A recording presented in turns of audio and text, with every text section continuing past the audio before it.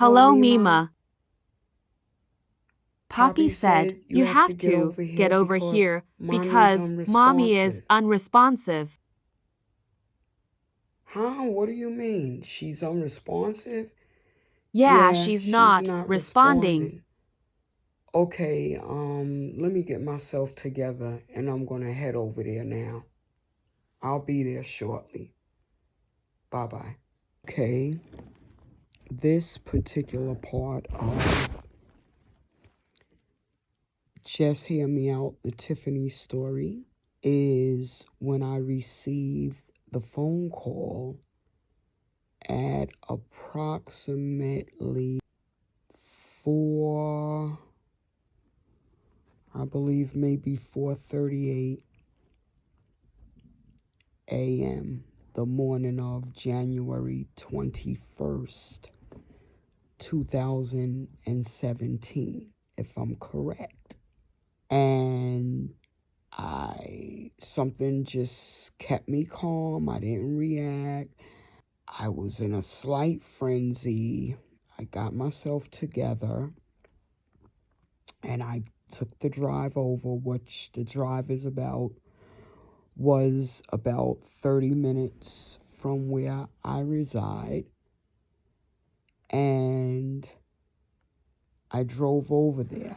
So it was a total of about 45 minutes or so, maybe a little more, for me to arrive. So when I arrived, my granddaughter opened the door and I said, "Did they leave yet?" No, let me go back. I said, "Did the ambulance come?" And she said, "No, he took her." And it didn't resonate well with me, knowing that she was unresponsive. But I don't know. I guess different strokes for different folks.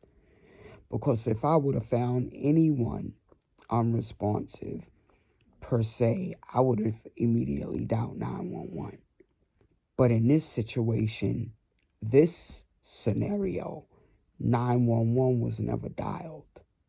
In between my getting ready to go there and driving there, I did call a couple of times, a few times, asking my granddaughter if the ambulance had got there yet, did they leave yet, and different things pertaining to that. And when I called and asked if they had gone yet, my granddaughter said, "No, he's cleaning mommy up." So now in my mind, I'm like, cleaning her up. She made that expiring stool. And, she was in her pajamas and everything. And he took all of that soiled stuff off. He cleaned her up. He bathed her, changed her clothes, redressed her. All of this while she's unresponsive, though. And then my granddaughter said, and he bathed mommy and changed her clothes, and then he put her over his shoulder and carried her down the stairs. And mommy was looking so funny. She was sitting in the car straight up like this, but she was 14, like not really getting it, I would assume. And I said, he put her in the front seat, in the seatbelt, and she said, yeah, mommy was sitting up. So we have, you never doubt 911, you bathed and washed and cleaned an unresponsive person, you put that, and when I got there, it was like time. When I got there, it took me about 40 minutes, 45, 50 minutes to get there. And when I got there, she said they had just left. So you're fooling around with an unresponsive individual body for like 40 minutes and you never dialed 911. You're bathing her. You're putting her over your shoulder. You're carrying her downstairs. You're putting an unresponsive person in the front seat, in a passenger seat of a vehicle with a damn seatbelt on. I'm curious to know what he told the hospital when he took her. Because to me right now, the way I feel is everything needs to match. And it's not matching. But no one in the legal, lawful courts or anything want to adhere to what I've been trying to say. Okay? So this was the phone call, and, who does that?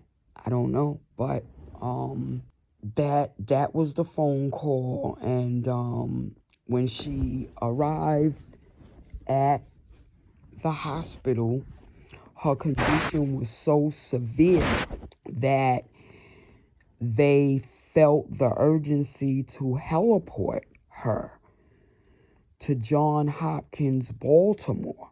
But due to the severity of the weather, they could not heliport my child.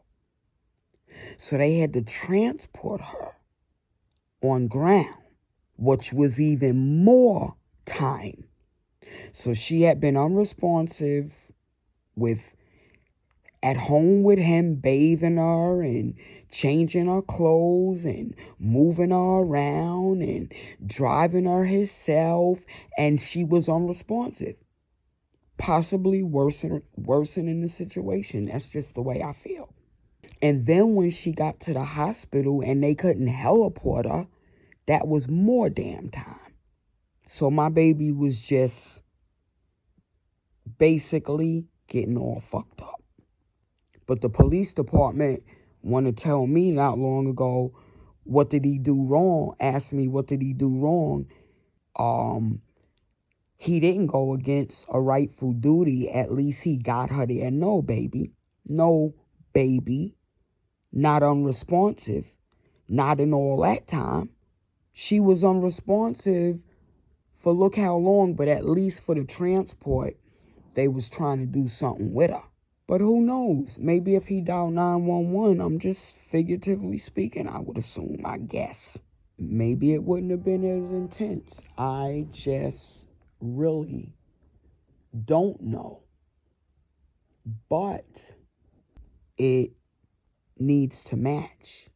What was said when you got her to the ER, you have to tell them triage something. You have to tell them something. Why was you so eager to... I'm not even asking questions, but that's the phone call. Stay tuned for part 3. Thanks for watching. Feel free to comment, refer, recommend, share, like, subscribe, support. Thank you in advance, guys. Stay tuned for part 3.